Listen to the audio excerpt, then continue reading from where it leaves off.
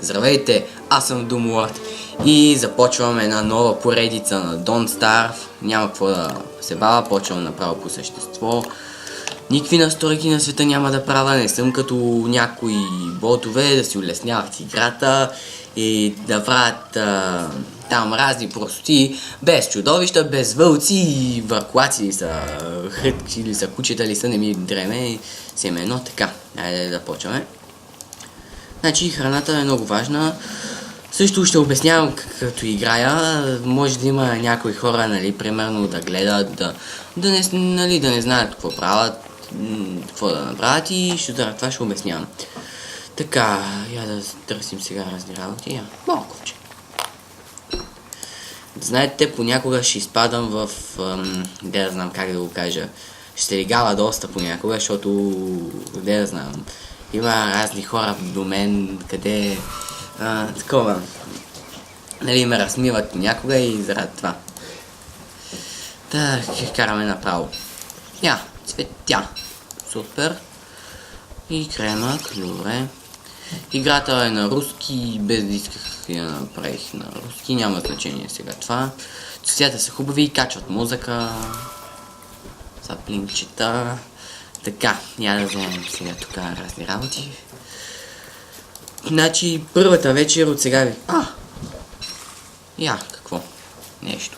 Първата вечер няма да я нощувам, нали, на лагерен огън или на нещо, ами ще обикалям мапа.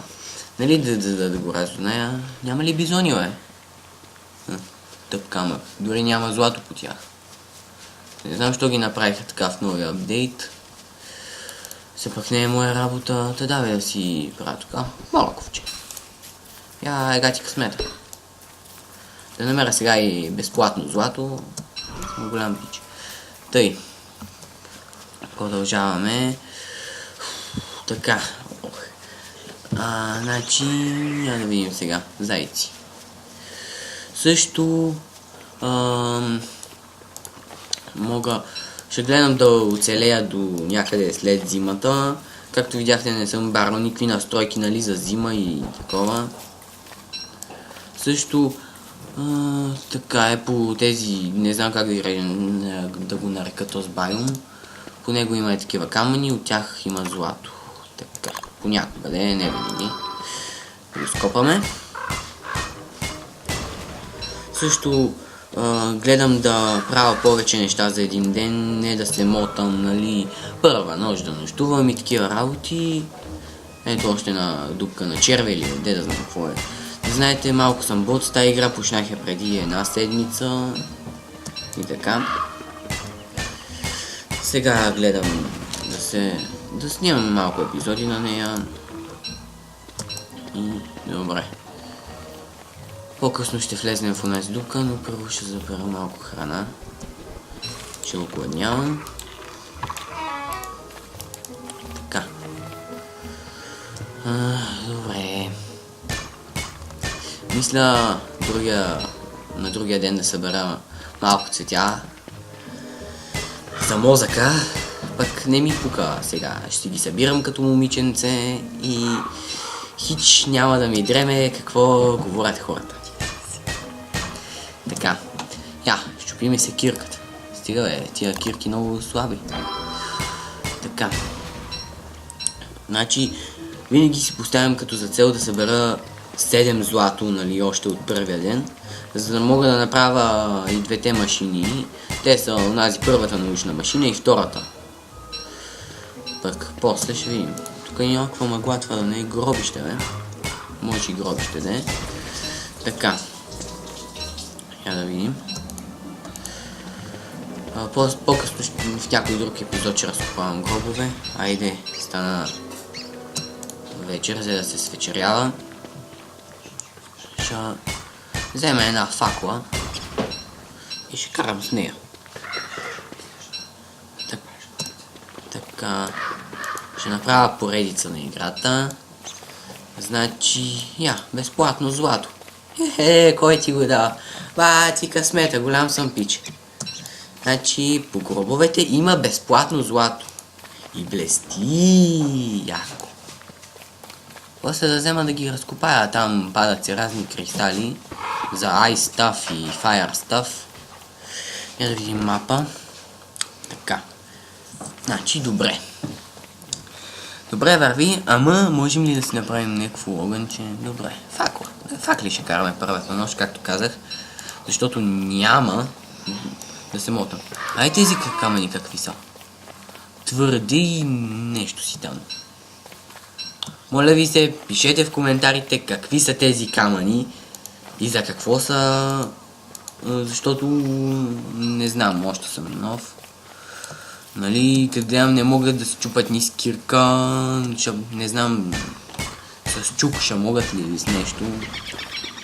Айде, и тази кирка отиде. Но пак колко злато събрах? 11. Супер. Значи, продължаваме. Значи, мисля, че толкова камъни са ми достатъчни. Това е последния дет, че копам. Охо, много малко саплинги имам. Трябва да взема да посъбера малко. Тъй. Цветя. Разни работи. Значи, за мен е много важно да си имам цветя, венец, много покачват мозъка. По-късно ще хода да бия паяци, за да си направя палатка, защото през зимата нощта е много дълга и е по-добре да се каже, да я скипвам. Тия камъни ще ги оставя, ако някой път изпадна в някаква криза. Ще взема да си ги изчупа. За сега имам достатъчно камъни. И тъй. Я да видим. Тук забелязах, че има едни като живи репички, не знам какво са точно, като моркови приличат и се намират на този байм. О, не! Сега нощ. Направя факла. Бързо! Върви! Оживяхме. Така, я да видим сега. Ще го берем този храст. По-късно ще ги копая, ще направя градинка. И тъй. Камък. Ама няма да го копам. Този ще го взема. Я да видим там какво има. Добре. Добре вървим. Злато. Този бил богаташ, бе. Не, няма хъба. Тази шапка хубава? Не. Ти късмета, много добре ми проверява. Тъмън да си викам, аз съм голям кръг.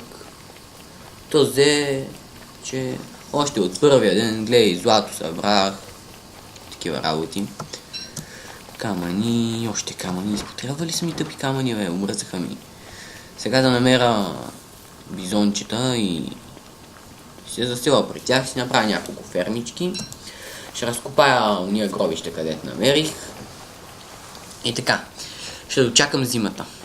Факълта ми е на много малко и ще го запалим това дърво, да е по-светло. Така, как хубаво горе. След малко ще стане ден. И така, значи... Его е, ден е. Изкарахме първия ден. Доста добре, ако мога да се похваля. По-нататък ще търся мамути, за да си направя шуба. Така ще ви казвам. Шуба. Не знам някоите ми и животни, и паяци, и монстърс, мобове, как се казват, нали, как са им точното наименование. Заради това си измислям някакви мои рандом имена. Така и да видим. Натам ще ида. Към саваната. Оле, много съм гладнял, бе. Я да вземем да ям. Прасе. Какво е хубаво. Да фана си направя една хубава пържола от него. И брадвичка. Никакъв проблем. Чувал съм, че от тия неща тези. Тук. С тях се строи някакъв портал към Максуел или не знам точно какъв е. Нещо в някаква земя, където била вечна нощ. Нещо такова. Чувал съм от приятели как ми го разказват. Не знам колко е вярно. Пишете в коментарите, давайте съвети. И тъй. Добре, я да видим сега. Тревичка. Също забелязал съм преди си бях направил бумеранг